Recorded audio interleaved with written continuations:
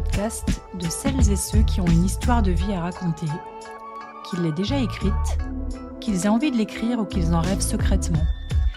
Trait d'Union fait le lien entre les histoires de vie parfois difficiles, le passé et un futur où ces histoires changent notre vie et celle des autres.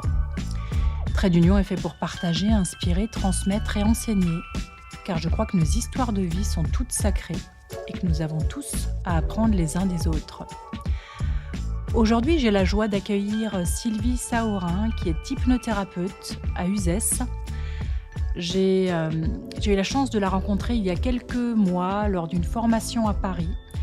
Et donc c'est tout naturellement que j'ai eu envie de l'inviter dans cette émission, dans ce podcast, pour qu'elle puisse nous parler de son histoire et qu'elle puisse nous parler également de son désir d'écriture. Je la laisse se présenter et vous pouvez retrouver tout ce qu'elle fait en fait sur son site internet qui sera mis en lien à la fin de ce podcast.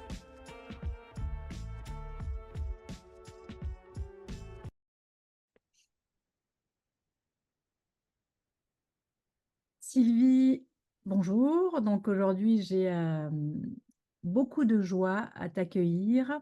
Je t'ai présenté un tout petit peu avant. Tu sais que donc Trait d'Union, l'idée de Trait d'Union, c'est vraiment de pouvoir partager, de pouvoir inspirer, de pouvoir transmettre. J'aime bien aussi ce terme enseigner, même si effectivement chacun a ses propres enseignements à faire, mais moi j'ai la croyance que nos histoires sont toutes intéressantes, sont toutes sacrées.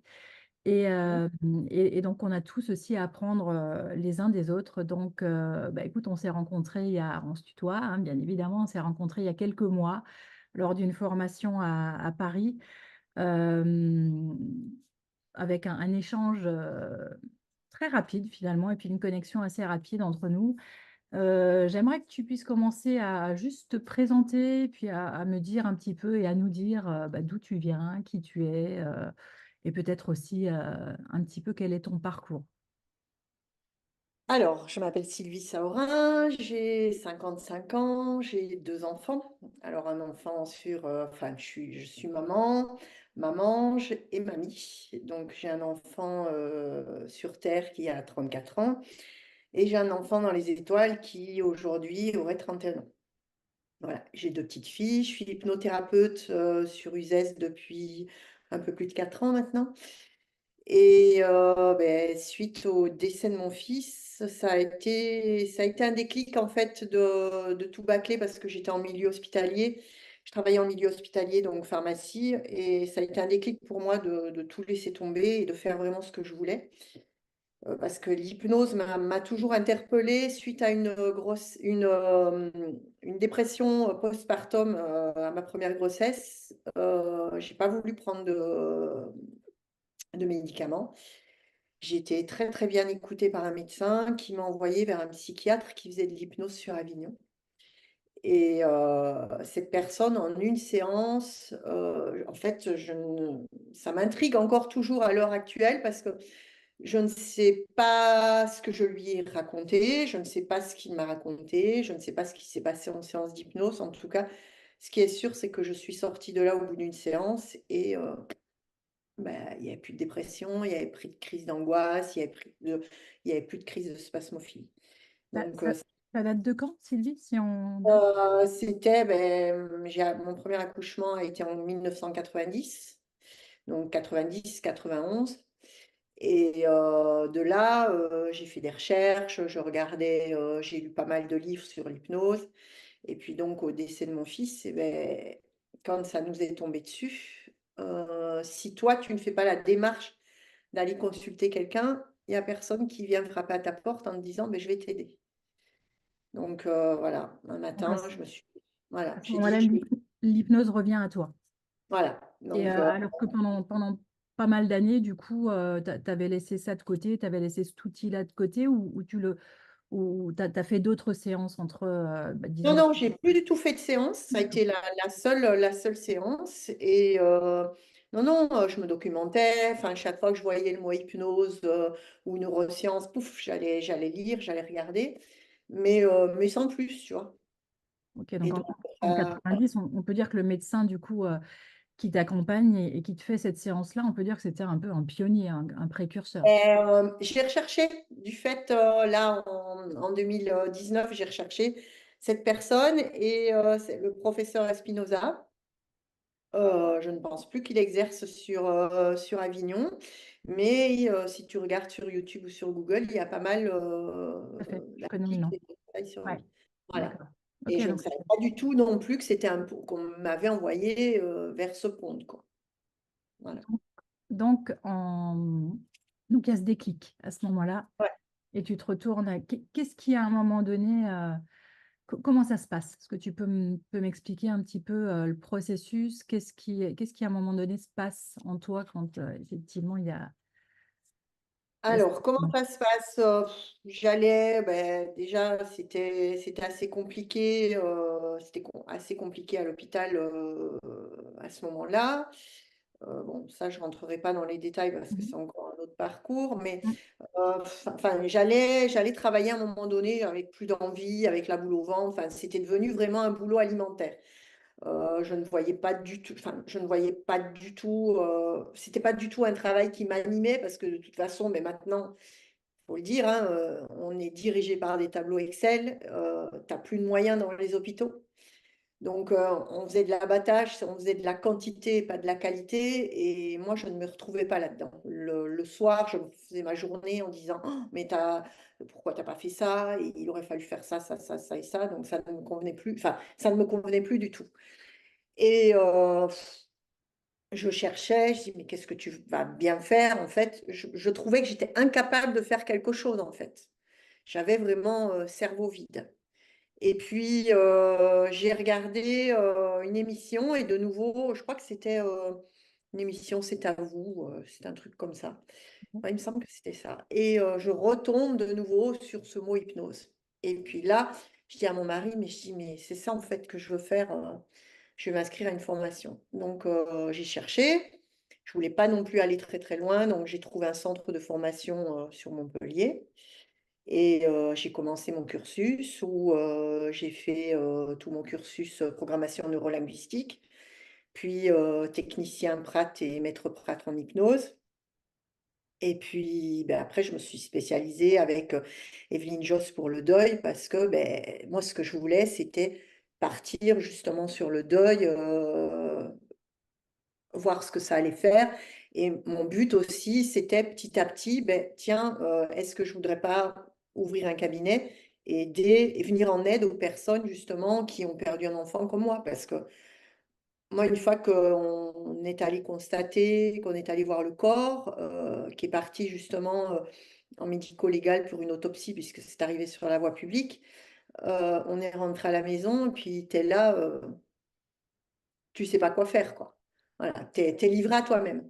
Je sais qu'on en a déjà parlé. Donc, à ce moment-là, effectivement, il y a vraiment Voilà. une prise de conscience déjà au moment où tu vis les choses.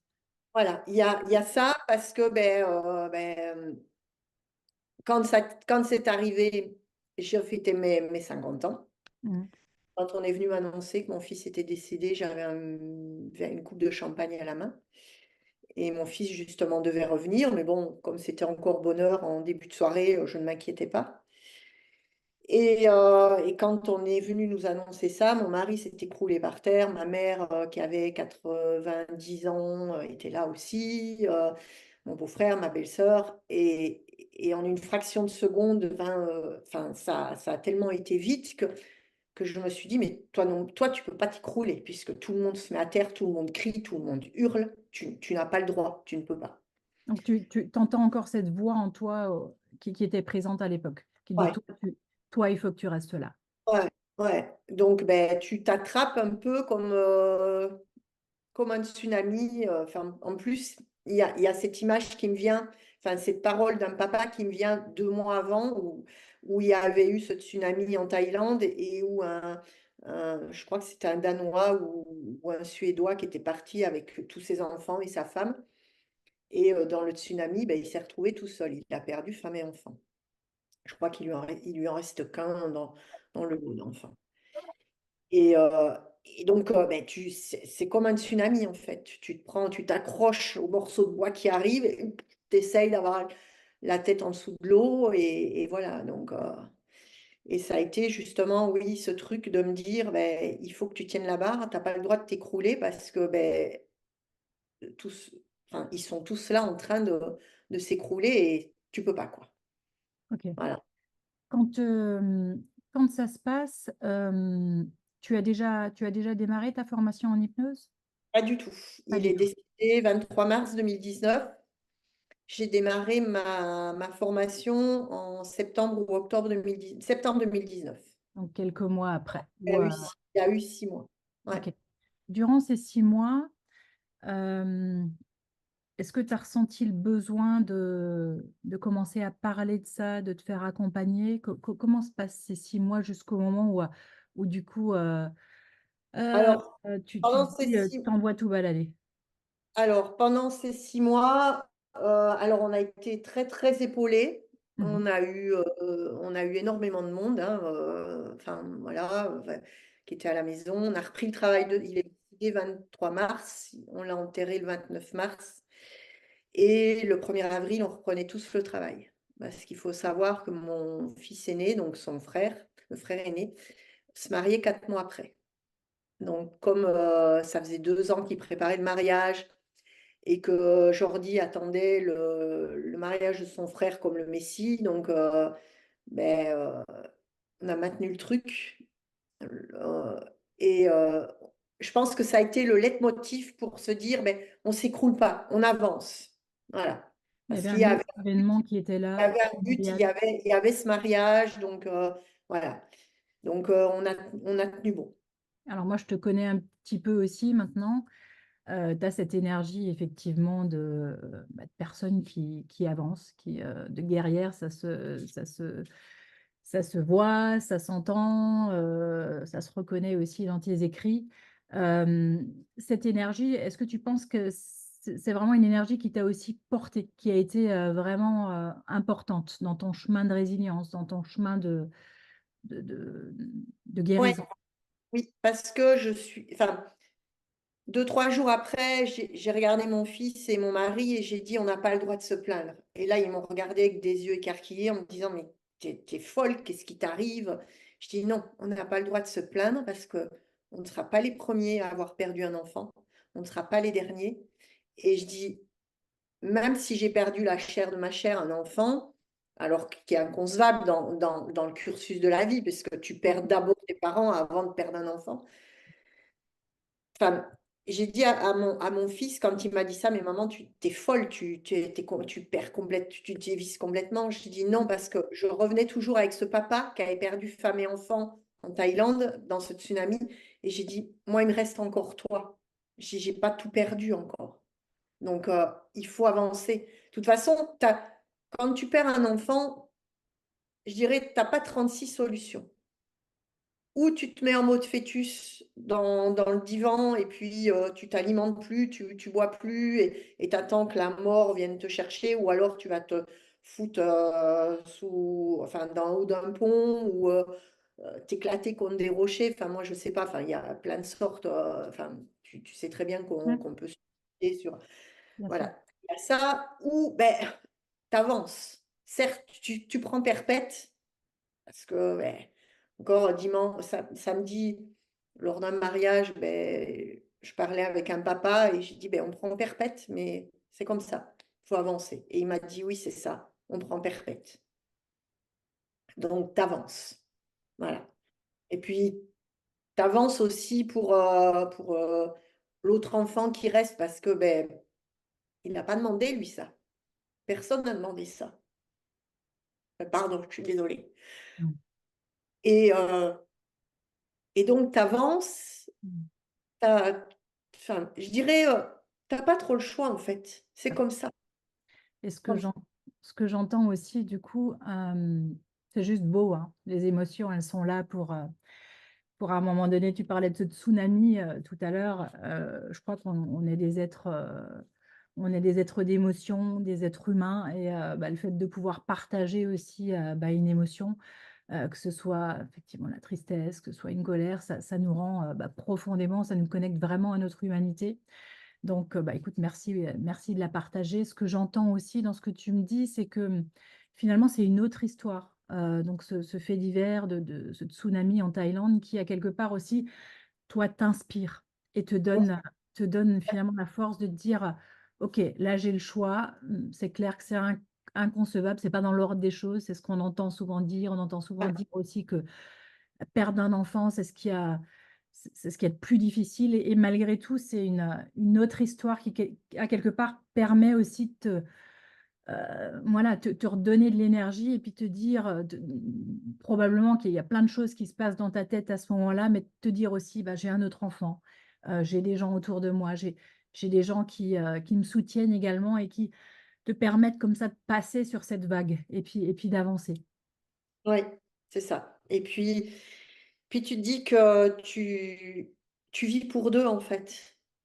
Tu vis pour lui parce que nous, on a cette chance de vieillir. Lui, par contre, n'a pas lui a cette chance de ne pas vieillir. Parce que on aura toujours l'image de lui quand il nous a quittés. Alors, on se pose bien évidemment des questions, hein, même encore maintenant. Tiens, comment il aurait vieilli? Est-ce qu'il aurait des cheveux blancs? Est-ce qu'il aurait encore sa barbe? Est-ce qu'il aurait des enfants? Tiens, est-ce qu'il aurait des garçons, une petite fille? Comment il les aurait appelés? Enfin, il y a le deuil passé et il y a le deuil présent. Parce que à chaque événement ou quoi que ce soit, tu te dis, mais mince, il devrait être là en fait, à partager des événements comme des anniversaires, des naissances, des mariages, tu vois, mais il n'est pas là. Donc, pour le coup, c'est un deuil présent parce que sa présence est toujours là, elle ne nous quitte pas. Bon, je dirais, elle est furtive maintenant avec le temps, elle n'est plus H24, mais tu ne peux pas dire que pendant 24 heures, tu n'y penses pas. C'est pas vrai. Il y a tout le temps quelque chose qui te ramène à lui, qui te fait penser à lui, en fait. Donc ensuite, tu démarres cette formation. Donc tu te formes donc en PNL, en hypnose. Qu'est-ce que ça t'apporte, ça? Qu'est-ce que, sur ton chemin, qui continue à se dérouler? Alors, au début, pour être honnête, pas grand-chose. Ok, D'ailleurs, deuxième ou troisième module d'hypnose, je me demandais ce que je foutais là. d'accord. C'était le brouhaha à me dire, mais est-ce que tu as pris la bonne voie ou quoi que ce soit. Et en fait,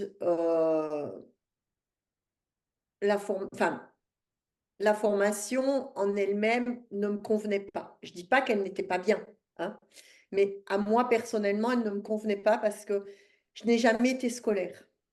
C'est-à-dire que depuis toute petite, alors bon, si à part les tables de conjugaison et les tables de multiplication, ok, mais j'ai toujours appris en détricotant ce qu'on m'apprenait à l'école et en modelant et en apprenant à ma sauce.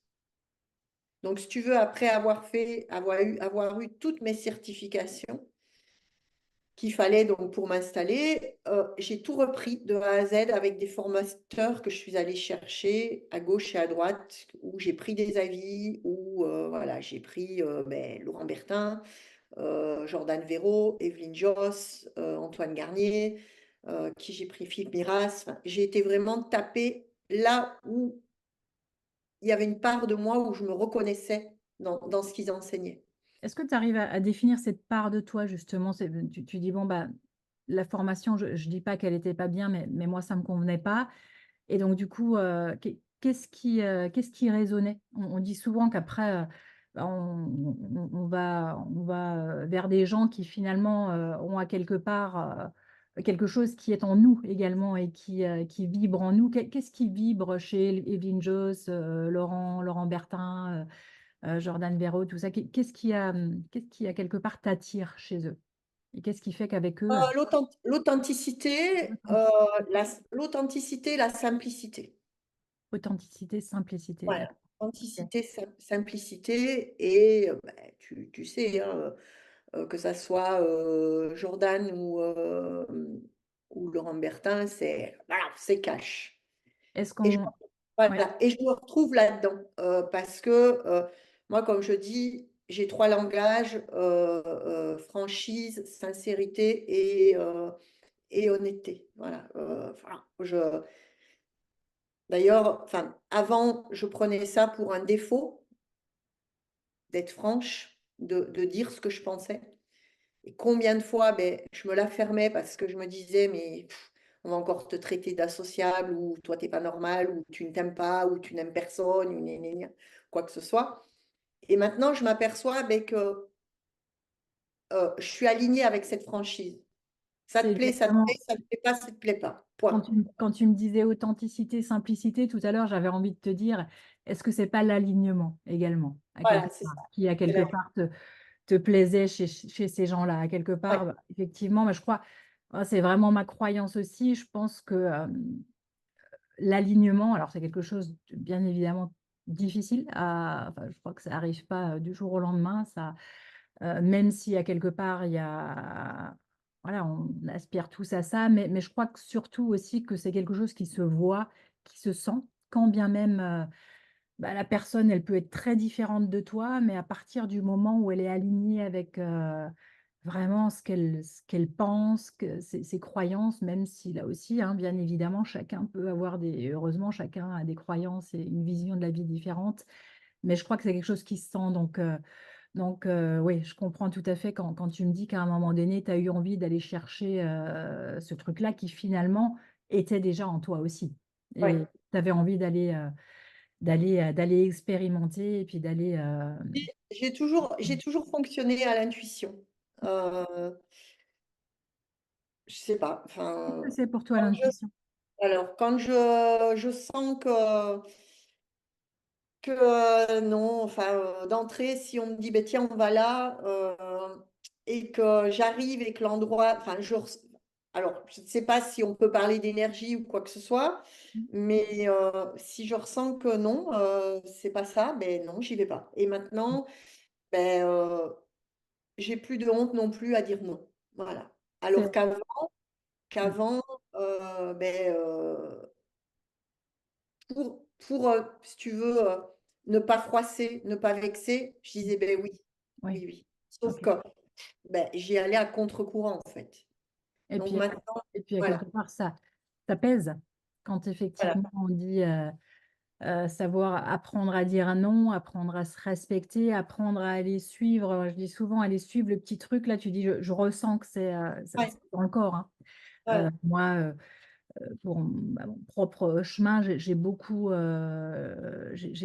me reconnecter aussi au corps, à vraiment apprendre à l'écouter, à apprendre c'est pas seulement mental, parfois on se dit: «Bon, bah, il faut apprendre à dire non», on se dit que c'est que mental, mais finalement ça se passe beaucoup dans le corps aussi. Souvent, parler d'énergie et tu dis je sais pas si on peut parler d'énergie, mais je crois qu'on est tous de toute façon aussi fait, ouais, l'énergie qui nous traverse, donc ça c'est vraiment, un ressenti et quelque chose qui, ouais, qu'on apprend à développer et puis qu'au fur et à mesure, qui devient de plus en plus simple quand on l'expérimente. Donc Ouais, donc c'est vrai. ça, je trouve ça super intéressant. Donc il y a on peut dire des mentors à quelque part? Oui. Ouais, des mentors qui finalement, te font passer des portes et qui à quelque part, t'amènent, de plus en plus vers, Ce qui tu as envie d'être, vers, ce que tu as envie d'incarner. Il y a ça aussi et puis il y a que, beh, quand tu prends de l'âge, tu Mmh. ne réf tu plus du tout la même façon de réfléchir comme quand tu as 20 ans. Et de plus, quand il t'arrive, des coups durs comme ça, tu plus envie de enfin, excuse-moi du terme, tu plus envie de te faire chier, en fait. Qu'est-ce qui Donc se passe à ce moment-là? qui se passe à ce moment-là de Ouais, quoi? c'est-à-dire quand tu prends de l'âge, si tu dois qu'est-ce qui est à l'œuvre? Qu'est-ce qui fait qu'à un moment donné, à ton avis, tu plus envie? Parce que ça peut être aussi, une croyance en se disant que, bah, tu as des gens qui ont 70-80-90 ans, qui restent à quelque part quand même enfermés dans quelque chose de Mais qui je sais pas, en vieillissant, je me vois que j'ai besoin de peu maintenant. on revient sur la simplicité. sur la simplicité. Tu me mets, je sais pas, tu me mets dans un bel endroit, dans la nature, avec des arbres, des chants d'oiseaux, je sais pas où, ben là, en ce moment, ben, moi, je suis dans le sud, donc chant de cigale. Tu me mets avec un bouquin ou même rien, ben, je peux rester là, tu vois, des heures entières à entendre le bruit de la nature et ou fixer, ben, un oiseau ou un papillon ou quoi que ce soit. Enfin, j'ai plus besoin de grand-chose, en fait. Comme tu dis, la simplicité me suffit. C'est un parcours vers une espèce de... Moi, je parle souvent de dépouillement. Je donne souvent cette métaphore de l'oignon, hein, plus on enlève les couches, plus on revient au cœur, plus à quelque part, Ouais, c'est simple. Moi, ça me parle beaucoup. Tu sais que j'ai vécu effectivement longtemps en Nouvelle-Calédonie. J'ai beaucoup, c'est une terre aussi super belle où il y a une nature vraiment vibrante et tout. Et j'ai beaucoup, moi, la nature m'a beaucoup, beaucoup aidée aussi sur mon propre chemin de guérison, de reconnexion à quelque chose ouais, qui est vraiment très simple. Ça pouvait être un lever de soleil, un coucher du soleil, cette nature-là. Et je pense que plus on enlève effectivement nos couches, plus ouais, on revient vers de la simplicité, puis on se rend compte que bah, tout est déjà quelque part là, et tout est ouais. déjà... Oui, Mm. super. Ok, ok.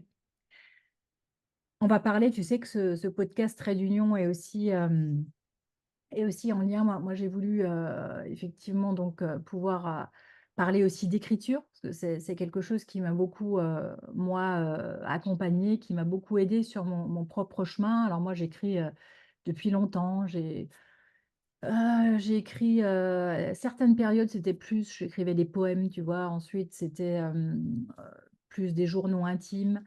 Alors j'ai compris aussi au fur et à mesure pourquoi j'avais ce besoin-là, parce qu'effectivement, bah, les mots sortaient pas autrement. Donc j'avais utilisé donc le média, le fil de l'écriture pour le faire.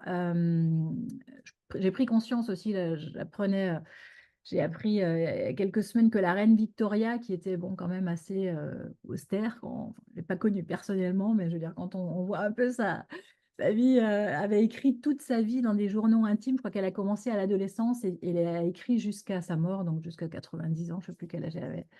Et qu'elle a écrit, je crois, 180 volumes de journaux intimes. Donc, je me dis, waouh, ouais, effectivement, je pense qu'elle avait des choses aussi à coucher sur le papier.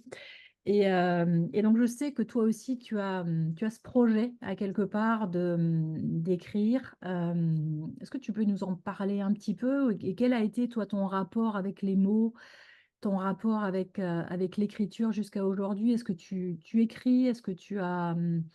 Alors, j'écris, Ouais. j'adore ça, Mhm. juste parce que j'adore lire. Je peux lire un bouquin par jour. Mhm. Dans chaque bouquin, il y a toujours des annotations, il y a toujours une petite phrase surlignée ou quoi que ce soit. Donc, de ces phrases, après, je pars, moi, dans l'écriture. Alors, j'ai toujours écrit, mais j'ai commencé à écrire ben, à son décès, où j'ai toujours maintenant des petits carnets sur moi avec un stylo et dès que je pense à quelque chose, j'écris. J'ai commencé à écrire parce que mon souhait, c'est d'écrire un livre sur mon deuil, enfin sur la façon dont je l'ai fait, comment je l'ai vécu, et comment je le vis encore maintenant. Heu, alors, j'ai lu pas mal de choses sur le deuil. Heu, Dans tout ce que j'ai lu, beh, on parle de la personne disparue. On l'encense, en fait. Alors c'est vrai que, il a plus la personne qui est décédée, il a plus de défaut, on va dire. Il est vraiment, vraiment encensé. Sauf que quand tu regardes et que quand, on parle avec lui, de lui avec des amis ou avec de la famille, beh, on s'aperçoit quand même, beh, oui, qu'il avait quand même des défauts comme tout le monde. Non. Mais quand la personne est partie, beh, tu as ce sentiment d'oublier ça et dans tous les bouquins que je lis, beh, on encense le défunt, on raconte, beh, sa vie de sa naissance à maintenant, mais on ne parle pas de nous, ce que l'on vit, ou alors par bribes. Moi, petite anecdote, tu vois, je me suis remaquillée au bout de 6 mois. Et quand je me suis maquillée, je me suis mais vraiment traitée de tous les noms d'oiseaux possibles, même, mais vraiment, j'étais mauvaise envers moi-même parce que je m'interdisais de me maquiller. J'étais vraiment ben, la salope de base parce que comment tu oses te maquiller alors que tu as perdu un enfant? Voilà. Et après, je me suis rendu compte, je me suis dit, mais il était tout le temps en train de te dire, t'es belle, maman, quand tu te maquilles. Et en fait, je me suis dit, mais tu te maquilles pas parce que tu as peur du jugement des autres. Parce Ouais. qu'on est dans une société où, du moment où tu perds un enfant, le regard des autres, ben, il s'apitoie sur toi. Puis de toute façon, même encore maintenant, hein, tu sors en ville, ben, moi la première, je le fais. Quand je rencontre d'autres mamans qui ont perdu des enfants, je me dis, ah ben elle a perdu un enfant, elle a perdu ci, elle a perdu mi. Donc on le fait inconsciemment. Et les personnes qui t'entourent ben, te disent, ben, tiens, tu vois, elle a perdu un enfant. Donc on a peur de ce jugement-là, de se dire, ah, elle a perdu un enfant, t'as vu comme elle est maquillée, t'as vu comme elle s'amuse, t'as vu comme elle danse et tout ça. Donc on se renferme un peu comme une huître, on n'ose pas, parce qu'on a peur de... Ton envie, je crois, dans cette écriture aussi, c'est de casser les codes par rapport à Voilà, cette c'est de version casser les codes et de vraiment aller dans le dur. Parce que moi, j'aurais aimé avoir tout ça, parce que je n'étais pas préparée à tout ça. Ah, tiens, quand tu vas te remaquiller, quand tu vas sortir, que tu vas aller à un baptême, à un mariage ou à un anniversaire, quel comportement, comment tu vas te sentir, quel comportement tu vas avoir, quel va être le regard des autres. Et ça, j'aurais aimé le trouver pour me préparer, tu vois. Pareil, comme quand j'ai fait sa déclaration d'impôt l'année où donc il est décédé en mars, j'ai fait sa déclaration d'impôt au mois de mai, donc là, tout s'est bien passé. Par contre, à N+2, quand tu fais sa déclaration d'impôt, que tu appuies sur Entrée, tu te dis, ben, c'est fini. Il n'y aura plus d'autres déclarations d'impôt. C'est terminé parce que pour pour l'administration, ben, t'es mort en 2019, en 2021, terminé, quoi. On n'en parle plus, t'es rayé de la liste. Puis tu as aussi une autre étape à passer quand la succession se fait. Parce que Donc, c'est quand tu es des étapes, habituellement, quand on connaît les livres d'Elisabeth Kubler-Ross, etc., qui a parlé des étapes du deuil, il y a des étapes, on va dire, très précises, qu'on connaît, avec le choc, le déni, ouais. etc.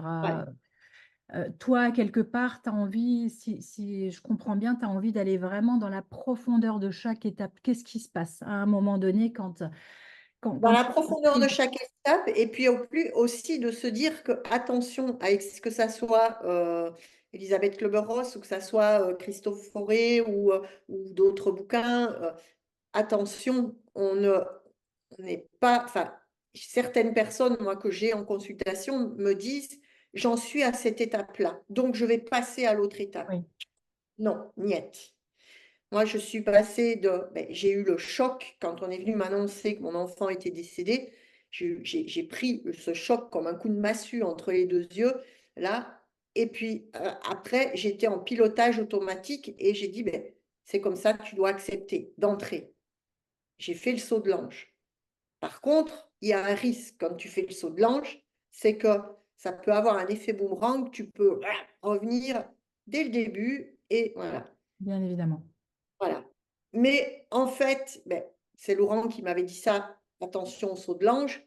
Ça, pour moi, ça a été un super curseur, un super cadrage, parce que constamment, je suis en train bon, par aussi mes lectures et tout ça, je suis toujours en train de doser là où je suis. Voilà. Et dernièrement, j'étais sur un groupe d'endeuillés et le titre du groupe, c'est Après le deuil, la dépression. Mais Ah oui. non, je suis désolée, tout Et le monde n'a pas des dépressions. Enfin, non. une Et espèce de prophétie voilà. autoréalisante. Mmh. Voilà, donc c'est carrément dire aux gens: «Ah ben, tu as un deuil, que tu as perdu ton frère, ta maman, ton papa, ton enfant, ah ben, tu vas sombrer dans la dépression». Comme on me l'a dit: «Oh, tu vas faire comme ma mère, tu vas te tomber dans une grave dépression, puis tu vas peut-être développer un cancer». Oh, à un moment donné, réfléchissez à ce que vous dites, quoi. Alors oui, on a des moi j'ai accepté, mais j'ai pas honte de dire que de octobre à février de cette année, j'ai eu, 5-6 mois très, très difficiles où, j'ai serré les dents et j'avançais, mais voilà, j'ai eu le retour de boomerang, mais ça a été compliqué, mais j'ai avancé, j'ai pas pris de médicaments ni quoi que ce soit. Pourquoi? Parce que je me suis autorisée à vivre mes émotions, je me suis autorisée à m'effondrer. En dehors de mes consultations, je me suis autorisée à pleurer parce que je n'ai pas pleuré mon enfant depuis 5 ans. S'autoriser, c'est tellement important. Moi, je parle Ouais. souvent aussi de ces périodes nécessaires de jachère où, à un moment donné, on s'arrête. Tu sais, la jachère, c'est, on met la terre au repos et puis on prend le temps il faut ce temps de fertilisation à nouveau, voilà, de retrouver à un moment donné, et c'est, effectivement, c'est un temps nécessaire. C'est pas du tout un temps, voilà, qui sert à rien. C'est au contraire un temps où on s'autorise à, voilà, à se mettre un genou à terre, parfois même les 2, et puis, pour pouvoir, se reconnecter à la vie et puis à ce processus de la vie qui continue à se dérouler. Alors c'est tellement enfin, mon mari l'a très mal vécu parce que pour lui, ben j'ai toujours et comme tu dis, été la guerrière qui Locomotive. avance, leitmotiv et tout ça Mmh, qui tire tout le monde vers le haut, qu'un jour mon mari me dit: «Je te supporte pas de voir comme ça». mmh. Et là, ça a été la phrase, mais vraiment déclencheur où, beh, j'ai tapé du poing sur la table et je lui ai dit: «Mais en fait, j'ai pas le droit moi, j'ai pas le droit de m'effondrer, j'ai pas le droit de pleurer, j'ai pas le droit de faire mon deuil». Enfin, faire mon deuil, traverser mon deuil, parce que faire un deuil d'enfant, ben, tu ne le fais pas. Mmh. D'ailleurs, même que ça soit n'importe qui, enfin, tu ne fais pas ton deuil, tu le traverses. Donc, et là, il m'a regardé et il m'a dit: «Ah bon?» Il me dit: «Je ne l'avais pas vu comme ça». Ben, je dis: «Si». Je dis: «Parce que Sylvie, elle porte tout le monde à bout de bras depuis 5 ans et là, maintenant, beh, j'ai mon moment où je dois me regarder un peu mon nombril, être un peu égocentrique et me retourner vers moi et écouter, en fait, ce que mon corps me dit. Donc c'est vrai que j'ai eu un moment où, j'ai toujours des moments, hein, quand j'ai envie de voir personne, où c'est stop, où j'ai besoin d'être vraiment face à moi-même, je m'isole C'est et quelque voilà. chose que tu faisais déjà avant ou c'est plutôt, c'est quelque chose que tu arrives à faire plus, que tu fais Alors je le faisais déjà avant, mais je le fais encore plus maintenant. encore plus aujourd'hui, plus en Alors, conscience? voilà, j'ai l'impression qu'il y a 2 personnages en moi. Il y a le personnage qui va au travail, qui est très souriante, qui voilà, qui va aider les autres. Mais du moment où, en plus, je sais pas, j'ai vraiment cette capacité-là et Dieu merci, je m'en remercie d'être comme ça. Du moment où je mets la clé dans la serrure de mon cabinet, que je ferme le cabinet et que la porte claque, que je fais claquer la grosse porte, heu, je suis moi. Je suis plus thérapeute et c'est, je m'écoute moi. Voilà, en fait, je me fais mes séances à moi. Voilà, Capacité à vraiment faire voilà. une Donc, différence entre la je lis beaucoup, j'écris. Alors bon, mais pour en revenir à l'écriture, j'écris, je dis écris, bah, c'est nul, non, c'est pas comme ça que je voudrais commencer mon livre. Enfin voilà, je crois que depuis 5 ans, je l'ai défait, je dirais pas 10 fois, mais pas loin. est-ce qu'il y a des auteurs plus particuliers ou alors ou même ou des personnages, pas forcément des écrivains, des auteurs ou des personnes qui t'inspirent particulièrement, où tu te dis: «Waouh, ouais, ça». Oui, Vinciane Després. Je dirais que c'est un des seuls livres pour le moment où, qui m'a interpellée, mais il est là d'ailleurs, sur mon bureau. Alors je l'ai lu, mais je pense que je l'ai lu pas à la bonne période. Tu peux nous le C'était montrer? c'est voilà. au bonheur des morts, récit de ceux qui restent. Et ça, vraiment, j'ai trouvé que voilà, c'était très bien. Vinciane a perdu une sœur aussi. Donc voilà. Mais elle parle de ce qui reste, de leur ressenti, mais là encore, elle ne va pas vraiment non plus dans la profondeur, dans ce qui se passe dans la vie de tous les jours, en fait. D'accord. C'est là où je veux aller. C'est là où tu veux aller. Alors, moi, tu sais que j'aime beaucoup Alexandre Jardin. Ouais. Et bah, je vais te lire un petit extrait. C'était une interview qu'elle a donnée il y a plusieurs années. J'aimerais que tu me dises comment tu entends ce que je vais te partager. Donc, il dit lors de cette interview, je suis quelqu'un qui se connaît et qui s'est rencontré. Les aveux rendent vivant. Écrire sur ses mensonges, c'est écrire sur sa réalité et sur sa part la plus vivante. À chaque fois qu'on ment, on se sépare de sa réalité. Il y a un moment où j'ai décidé de ne plus m'absenter de ma vie. Être sincère rend joyeux. Comment tu entends ça? Alors, j'adhère à 100% parce que Mhm. je déteste le mensonge. Euh, ouais, je déteste le mensonge. Tu le sais, bon, petit aparté, on m'a menti pendant 55 ans. Je viens de le découvrir et bon, maintenant, voilà, je ne suis pas folle. Je savais très bien qu'on me mentait depuis 55 ans. Euh, et j'ai rétabli la vérité, en fait, si tu veux. Voilà. Non, Ça se non, fait à mais l'intérieur quand à quelque part on découvre voilà, qu'il y a anguille sous roche et puis et qu'à quelque part on rétablit la vérité et puis on trouve les mots pour rétablir la vérité. Moi, ça a été mon chemin aussi, bah, tu le sais, pour l'écriture de mon propre livre. euh, des années à pouvoir trouver aussi des mots et être dans cette profondeur. Moi, je parle beaucoup de profondeur aussi, de sincérité, qui sont des valeurs qui me portent aussi, mais que j'avais, bah, qui étaient en moi, hein, forcément, mais voilà, que je ne m'étais pas autorisée à vraiment vivre. Et par l'écriture de ce livre-là, c'est un livre qui est difficile sur certains points, mais qui a quelque part m'ont permis aussi d'être, tu vois, quand il dit Alexandre Jardin, être sincère rend joyeux, je crois qu'il y a vraiment de ça quelque part. C'est comme, voilà, et on retrouve, pour moi, c'était comme retrouver une bouffée d'oxygène, une nouvelle respiration. Je parle de renaissance parfois, comme si, puis je crois que la joie, elle est voilà, vraiment là aussi, quoi. voilà, voilà.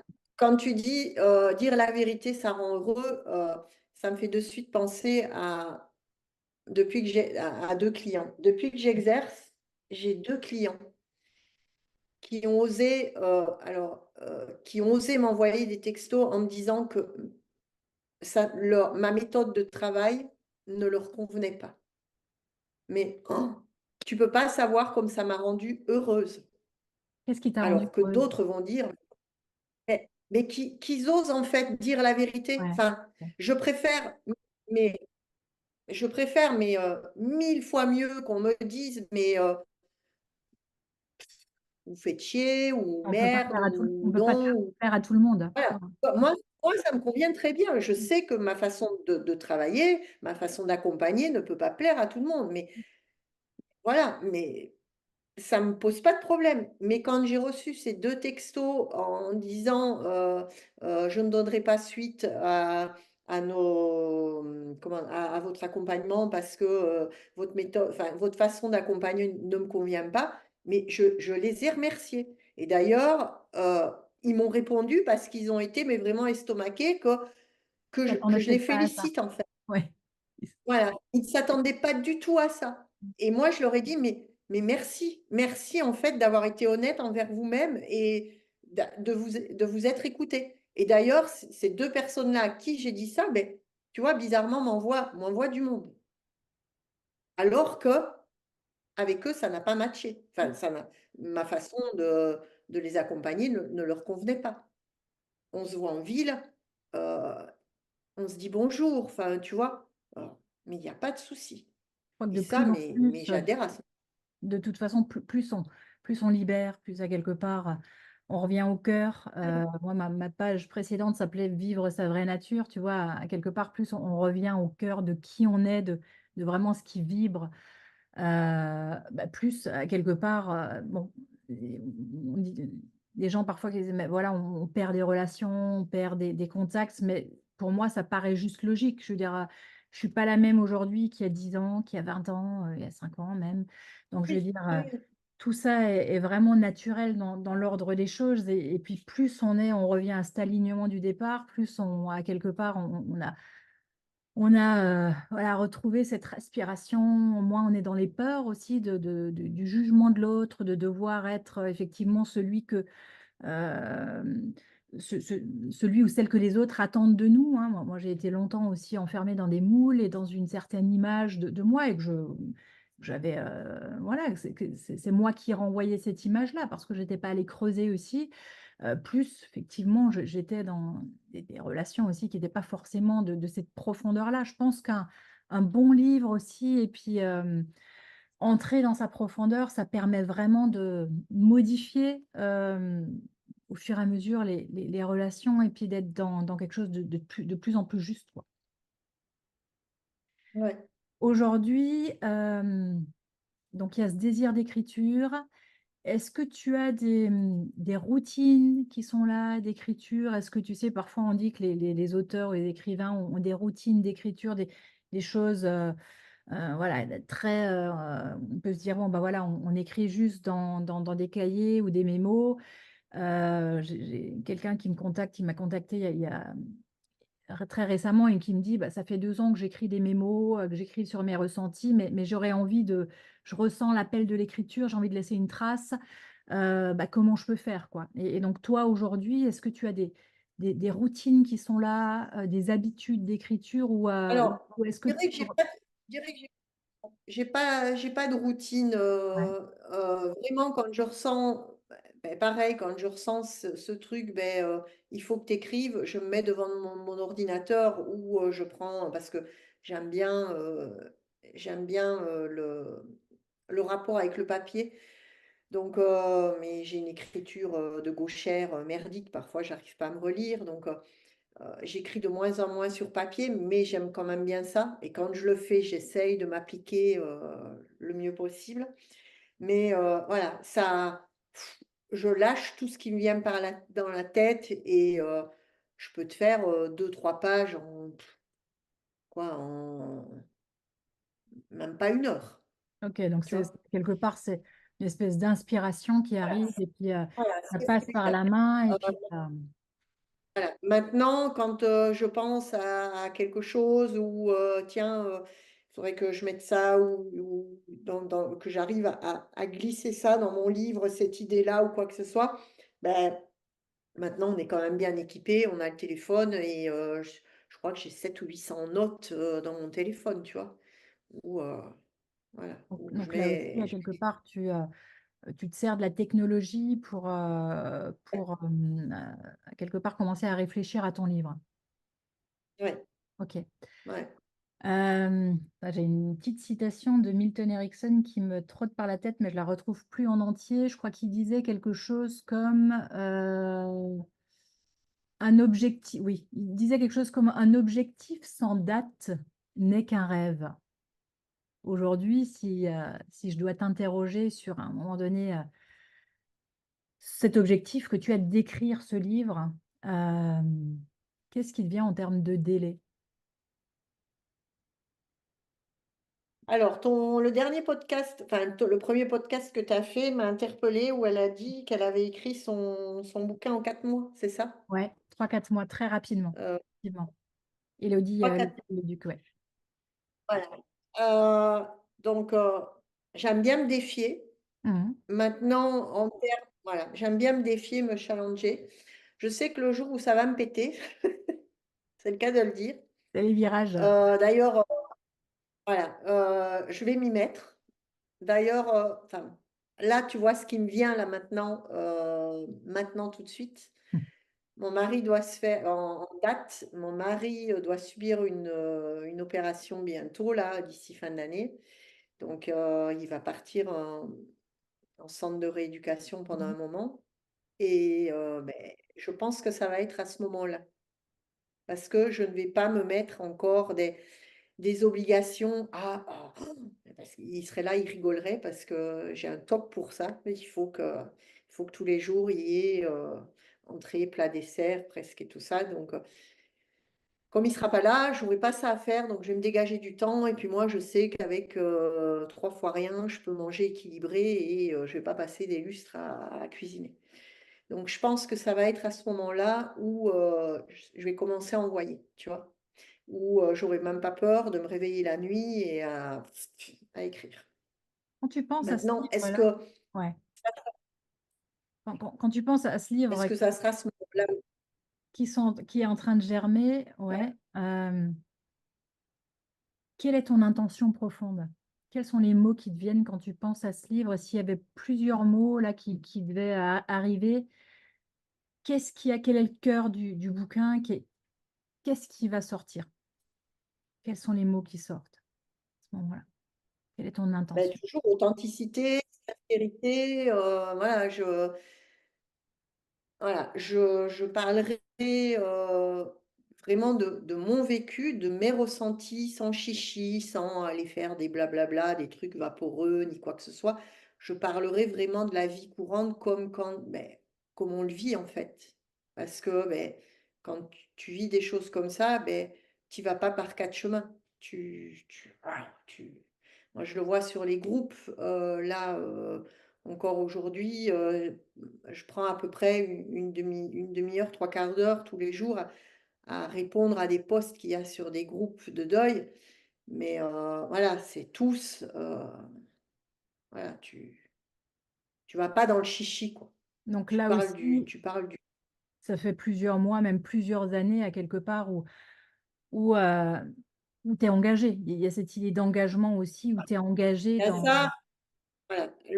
La seule chose qui me titille un petit peu, c'est que je me dis, mais ton livre, il n'y aura jamais de fin, en fait, parce que, comme je dis, tu prends perpète au décès d'un enfant. Donc, ton bouquin, il pourrait vivre toute une éternité, parce que tu auras des épisodes différents jusqu'à ma mort. Tiens, est-ce que je vais... D'ailleurs, ça m'interpelle, ça aussi. Est-ce que je vais me voir vraiment descendre, être déchu de mes fonctions? Comment je vais réaliser ça? Enfin, comment je vais l'interpréter? Là, à l'heure actuelle, tu me dis, tu as peur de la mort. Je te répondrai, Franco, non, j'ai pas peur de la mort parce que maintenant, d'un autre côté, j'en ai un de l'autre côté. Donc, t'es partagé. T'as un pied sur terre et t'as un pied dans les étoiles, en fait. Euh, je me surprenais avant d'être tout le temps tête baissée, ordinateur ou tablette ou téléphone. Mais hier, on est sorti, je me suis surprise à regarder en l'air. Tu regardes en l'air, tu regardes les nuages, tu regardes les étoiles, tu regardes la beauté des arbres et tout ça.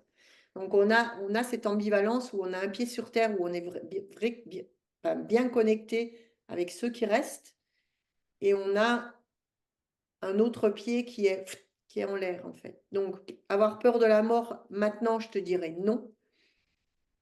Mais d'un autre côté, je suis pas prête à mourir parce que je veux voir grandir mes petites filles et je veux encore passer du temps avec mon fils qui reste, qui est là, tu vois. est-ce que la vie a un sens? Mais bien sûr, parce que ben, tu t'aperçois en fait que malgré ce malheur, comme j'en reviens, comment donc, je perds mes mots, tu te contentes de peu et le peu que tu as, tu trouves ça beau. Hier, mais je suis restée en contemplation devant, je l'ai même pris en photo, devant l'écorce d'un platane. Quand je l'ai pris en photo, tu avais l'impression que c'était un morceau de tissu de camouflage militaire, alors que ce n'est autre Une qu'une sorte écorce de d'arbre. platane. Voilà, tu vois? Donc, oui, enfin, je peux pas dire que la vie n'est pas belle. Non, Donc, ce que parce que j'entends, je me contente de peu. malgré les épreuves, ou Voilà, peut-être malgré les épreuves. grâce à elle, il y a aussi à quelque part d'autres choses qui s'ouvrent et d'autres prises de conscience. Ça nous fait avancer. Ouais, ouais. Mm. Mais À contrario, je ne voudrais pas vivre aussi longtemps que ma maman, parce que ma maman, ben, c'est encore un autre deuil que je suis déjà en train de faire, parce que ben, elle est sur la pente descendante. Elle a 95 ans. Et je me dis ben, que d'un jour à l'autre, je peux recevoir un coup de téléphone en me disant ben, que c'est fini. Mais alors déjà, moi, en tant que je suis fille unique, j'ai pas de frère ni de sœur. Et j'accepte pas de voir ma mère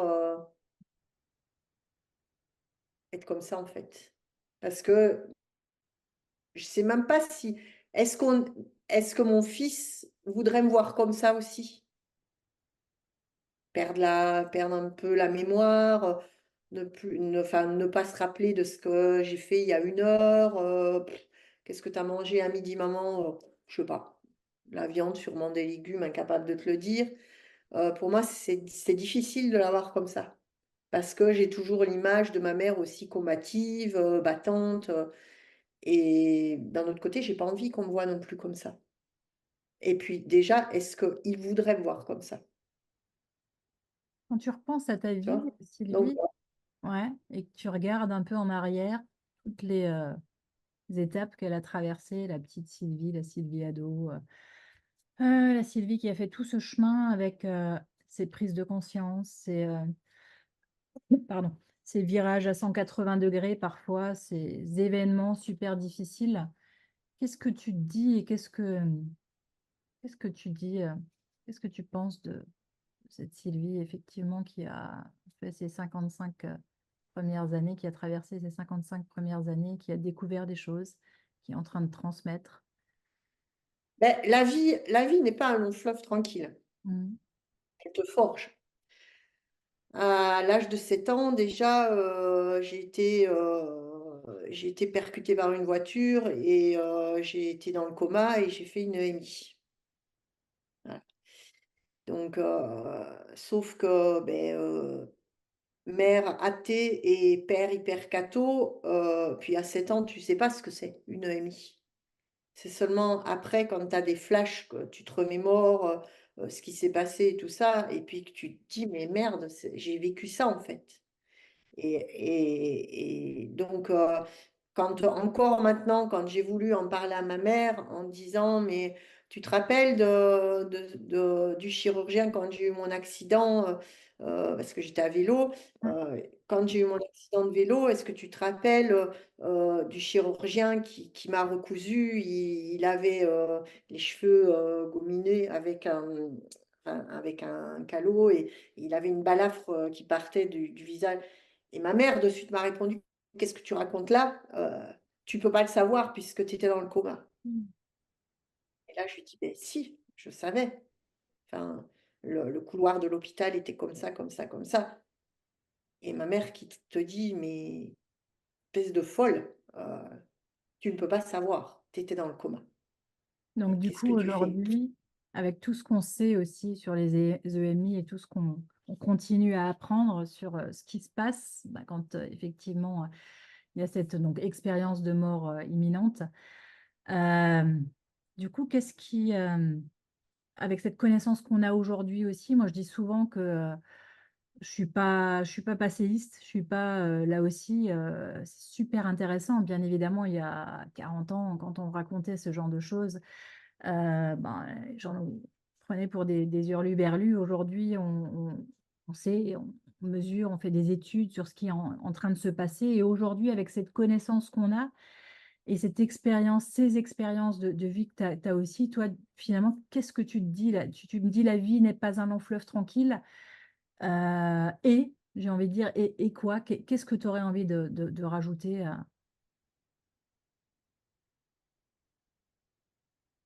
On a tous des expériences différentes. Mmh. Donc beh, on est, je dirais, pour, ou pour les combattre ou pour casser les codes, pour casser les schémas familiaux. Mmh. Donc, est-ce qu'on a une mission, sur terre? Mais bon, là, c'est un long quand on vient sur terre et c'est un long débat ça que tu peux, tu peux y passer des heures. Mm. J'en sais rien. Je m'interroge encore maintenant. Mm. Mais bon, je sais plus qui avait dit ça. Ça a été dit en formation, tu te rappelles. D'ailleurs, je lui ai redemandé à Laurent qui avait dit ça, il se rappelle plus. Euh, on supporte, enfin, je crois qu'il avait dit on supporte. Attends, comment il a dit? On supporte, on a les épaules aussi larges que le poids que l'on peut porter, enfin un truc comme ça, tu vois. Tout à fait, ouais. Bon, voilà. Avec ma carrure avec mon 1,57 m, je suis pas quand même un Golgoth, je suis pas Barracuda. Je me dis quand même ou alors je dois avoir des épaules hyper C'est peut-être, dimensionnées que je ne vois pas. c'est peut-être aussi très métaphorique, en fait. Voilà. Ouais. Mais oui, voilà. Tout le monde porte un poids. Moi, je le vois en consultation. Toi, tu auras dû le voir aussi. On a tous un poids à porter. À toi de voir si tu le portes toute ta vie ou si tu veux t'en délester de ce poids. Voilà. On va arriver à la fin de cet échange, Sylvie. J'ai cette dernière question que j'aime poser. Si, j'aimerais que tu imagines que ton livre, là, qui va s'écrire, à un moment donné, l'intention de toute façon est lancée, comme ça, dans l'univers, il ne reste plus à ce qui se matérialise. J'aimerais que tu imagines que ton livre soit un best-seller et qu'à un moment donné, il puisse y avoir une campagne de pub comme on peut en voir parfois dans les couloirs du métro, tu vois, avec la couverture et puis parfois il y a un petit message à côté aussi. Quel serait peut-être pas forcément le titre du livre, parce que souvent aussi le titre arrive, enfin, moi j'ai vu pour le mien, il est arrivé pas du tout au début, il est arrivé à un moment donné, pouf, il s'est imposé. Mais quel serait soit le titre ou le message qui serait sur cette campagne de pub dans le métro parisien un peu partout, que tu aurais envie de transmettre? T'aurais envie de faire. Alors, euh, ouais, alors j'ai écouté donc ton premier podcast, donc j'y ai de suite pensé, puisque quand tu m'as invité, alors il y a plusieurs choses qui me sont venues à l'esprit. Alors tu vas rire, ça a été, au départ, c'était écoutons-nous. Et Écoutons-nous. après, ça a été voilà, vivre pour deux, vivons pour deux, ou continuer d'en parler, continuons de faire briller nos étoiles. Ok. Bon, Parce que je trouve que le deuil est tabou encore, surtout écoutons-nous. d'un enfant. Ouais. Ouais. Écoutons-nous. Parlons pour deux.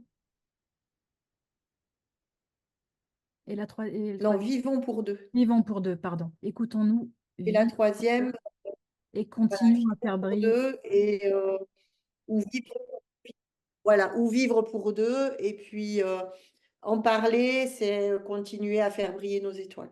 En parler, c'est continuer à faire vivre nos étoiles. Ouais, Ok, bah écoute, moi je trouve que c'est, tu vois, je ferme les ouais. yeux au moment où tu me dis ça. En parler, c'est continuer à vivre nos étoiles, à faire vivre nos étoiles. Je trouve ça super beau. Là, je vois un ciel, je trouve ça Mm. super beau. Je vois Bon, effectivement. Mm. tu peux pas en parler à tout le monde de ça, Ouais. justement. Donc, parce que c'est tabou. Mm. Les gens chez qui ça n'est pas arrivé ont peur justement que la mort les rattrape. Mm. Donc, mais quand tu vois que les personnes n'ont pas de problème si tu énonces le nom de ton enfant, moi je ne me cache pas, quoi. Par contre, je respecte si la personne, je sens que la personne est réfractaire à ça, je ne vais pas en parler de toute façon. Voilà. Sylvie, tu veux terminer avec un petit mot de la fin? Mais merci à toi. Vas-y. Merci C'est moi qui de te m'avoir donné du temps. remercie. C'est moi qui te remercie pour cet Ça échange. m'a mis aussi, voilà, ça m'a mis quelques petits tips dans la tête pour savoir ce que je vais faire et quand est-ce que je vais le faire. Donc voilà, je vais m'écouter. C'est l'objectif du podcast aussi, de continuer. Je termine souvent mes posts en disant on avance ensemble. Je crois que plus on échange aussi avec ce niveau de conscience et puis cette profondeur-là, plus on laisse à quelque part parler ce qui peut être encore parfois bloquant à l'intérieur, plus effectivement on fait bouger les choses. Et puis moi, je dis souvent que pour moi, la guérison du monde, elle passe par la guérison de nos propres histoires, de nos propres individualités, de ce qui est encore difficile. Et puis, c'est l'objectif justement de parler quand on s'écoute, écoutons-nous, euh, quand on se parle de façon aussi métaphorique, parfois ça permet de continuer à faire le chemin. Voilà, et on se rend compte que parfois il se fait assez naturellement, sans qu'on ait à trop forcer les choses. Donc, merci beaucoup d'avoir accepté aussi cette invitation. Et puis, écoute, D'accord. je te dis à très bientôt, Sylvie. Merci beaucoup. À bientôt. Merci. Au revoir. J'embrasse.